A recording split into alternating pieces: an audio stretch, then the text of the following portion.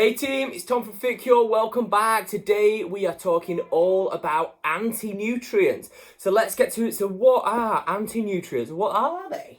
Well, anti-nutrients are phytic acid, lignans, I can't say it, saponins, phytoestrogens, oxalates, phenolic compounds, and so on and so forth. And these are basically found in plant foods in varying degrees.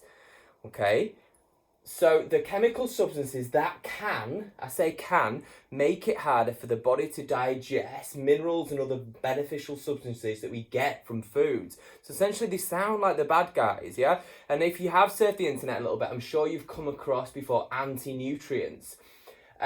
So names for anti-nutrients also live in our starchy carbohydrates, our grains and legumes, and they're called phytic acid and lectins. So essentially, how do we neutralize these guys if they are even bad anyway? Well, essentially, the usual things that you would do, so if you're soaking your food, if you're sprouting, boiling, fermenting, or doing a combination of those three when you're cooking your foods, that's why it's so important to soak your beans before you eat them. It reduces the anti-nutrient content significantly. So is this a big deal? Because there is a lot out there on the internet. I challenge you to go out there and type anti-nutrients into the internet and see what it comes up with. It's an absolute minefield. Probably best that you actually don't, because you'll scare yourself half to death. So is it a big deal? Well, some nutritionists say it's not a big deal.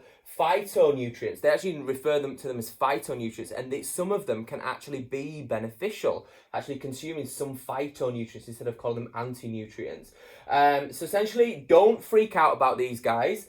Eat a variety of whole unprocessed foods. So we know now whole unprocessed foods is anything that doesn't come in a package, anything that doesn't have an ingredient list. If you're eating those kind of foods, then you're something like on track of where we want to be. And if you are freaking out, just neutralize them by soaking, sprouting, boiling, fermenting, or a combination of the whole lot. So don't get bogged down with this kind of stuff. Consistency first on eating whole foods, and curiosity second on looking at things like anti-nutrients and getting bogged down with those nutritional controversial conversations. So if you guys want to read a little bit more about these, look at Authority Nutrition, How to Reduce Anti-Nutrients in Food. That's a good one to look at. And also Everyday Health, Anti-Nutrients Are Nothing to Fear. But in the meantime, guys, keep on it with those carbohydrates. Palm for women, 2 pounds of starchy carbohydrates for men, fibrous carbohydrates the rest of the time, limiting those highly processed carbohydrates, the ones with the big long ingredient list in the meantime, and try and have those starchy carbohydrates post-workout where possible. I'll see you guys tomorrow, and Tallulah will see you tomorrow as well. I've got Tallulah with me today because we've just had thunderstorms and Tallulah's shaking. Bless her, she needs some love. Right, I'll see you guys tomorrow for another lesson.